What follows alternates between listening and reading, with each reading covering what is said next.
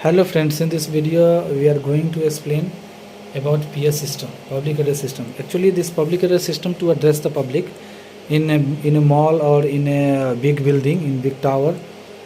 If something happened, immediately we need to inform to the people living inside. So public address system to address the public, in case of fire, we need to evacuate the area. So how we can give the message? So through this public address system. In this system there are speakers are installed each and every area of the office, of the building. So once the fire alarm comes, on that time automatically this amplifier will give message. Message is already fed to this, like evacuate the area soon because fire came, something like that. We can put the recording. So on that time, in case of fire, it will play that sound or the message. So here you can see actually there are 10 floors. So five floors we have given to power amplifier.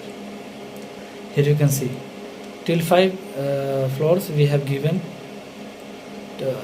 power amplifier 1, and for 5 to 10 we have given power amplifier 2.